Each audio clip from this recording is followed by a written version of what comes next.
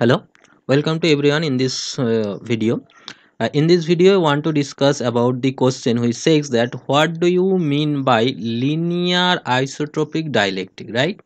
And express the relation between this P and the electric field, and how will this change the condition of the isotropy is withdrawn. Okay, so this is our question we want to discuss in this video, right?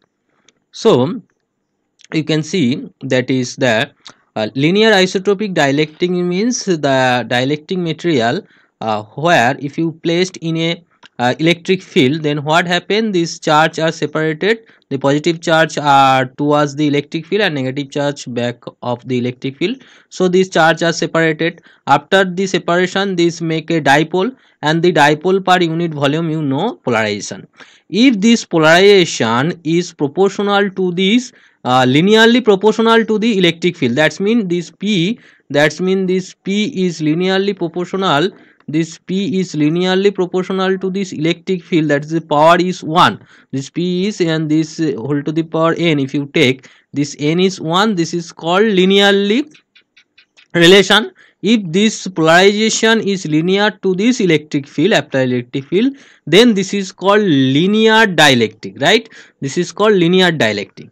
Now know about the isotropic. Isotropic means this linear dielectric, that is the polarization is independent of the direction.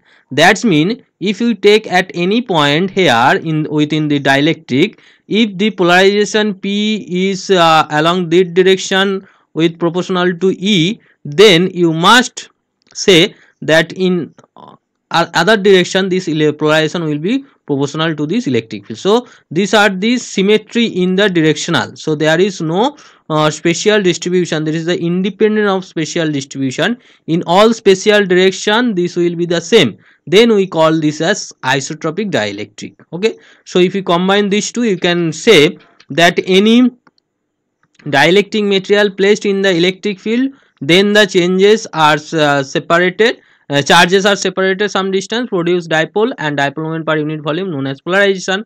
When the polarization is linearly proportional to the applied electric field, then this is called the linear dielectric. If this linear dependency is independent of spatial distribution, that is the polarization is same in all direction within the dielectric, then this is called the linearly isotropic dielectric. I think clear about the linear isotropic dielectric. So you can see that is this linearly proportional linear dielectric. So this proportional constant will be written here, the epsilon taken for the dimension analysis. So this is the permittivity in space and sky is the susceptibility, right? So this is the relation for linear dielectric.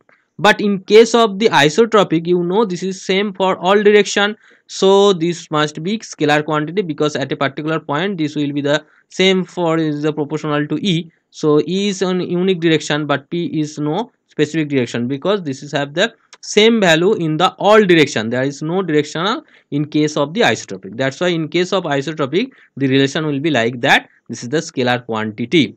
Clear?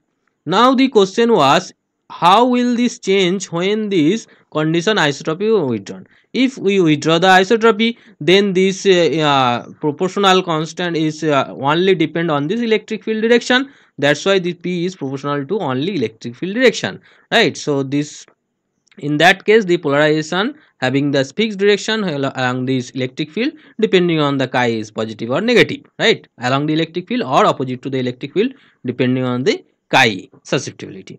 Okay, but this P is not the scalar quantity, because in that case the P will be the vector quantity, is direction along the electric field or opposite to the electric field, depending on the chi. But in case of isotropic, this will be the scalar quantity. I think clear. If there is any doubt, you must comment in the comment box. Thank you.